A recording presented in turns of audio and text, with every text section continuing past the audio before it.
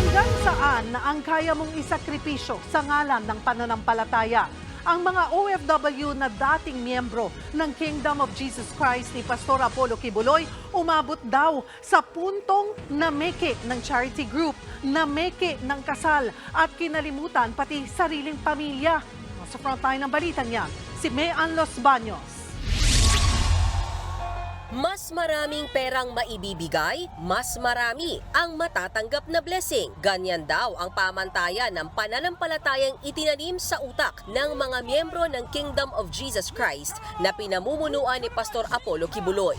Isiniwalat yan ng mga tumiwalag na miyembro na humarap kanina sa pagdinig ng Senado. Kabilang si Reynita Fernandez, isang Singapore. Kayod kalabaw daw siya noong 2016 nang maging miyembro siya ng Kingdom of Jesus Christ o KOJC. Mantakin mong ang sweldo niya lang bilang domestic helper ay 1,000 Singapore dollars o higit 41,000 pesos. Pero ang kota niya sa KOJC times 12 niyan o 12,000 Singapore dollars, katumbas ng kalahating milyong piso sa loob ng 6 na buwan. Pakapala na lang daw talaga ng mukha para lang maabot ang kota at matupad daw ang pangako sa kanila ni Pastor Kibuloy. Dumating pa sa puntong pati bahay ni Fernandez na wala na sa kanya. The more tithes you will give, the more blessings you will get. So because of that, I lost my house because hindi na ako makabayad na akong bahay ng mortgage and everything. And I owe a lot because has never been stopped of the giving. Pag magiging party po kami ng Month of Blessings, ang equivalent po ng aming makukuha from the Father is 10 years of blessings. Spiritually, physically, including the 7 generations of our families. Sabi po niya ng ganyan. Kaya po, ginagawa po namin ang lahat. Dahil sa pagkabulag sa relihiyon, dumating daw sa puntong pinutol nila ang koneksyon sa kanilang pamilya dito sa Pilipinas. Utos din daw yan ng pastor. Sinasabi nila, huwag sasagutin yung mga pamilya na nanghingi, na tumatawag because the real family is the kingdom only. That's the fact. That's it. I mean, may iba dito, wala din nila sinasagot yung mga tawag ng family kasi wala na silang pera. They already give it all.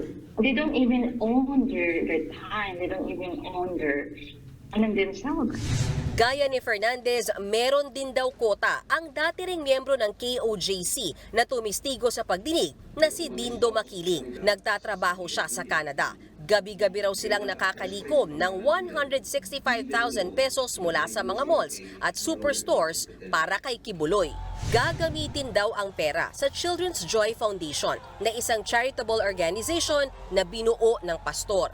Kunwaring para sa mga mahihirap na bata sa Pilipinas ang malilikom na donasyon. Pero ang totoo, para raw ito sa panggasolina ng jet ni Kibuloy.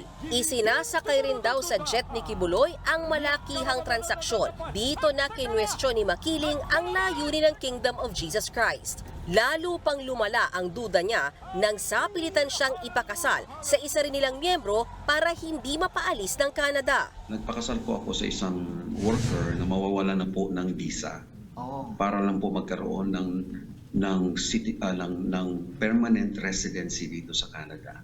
So mangyari po, dahilan po ako'y talagang naturuan ding sumunod po ako.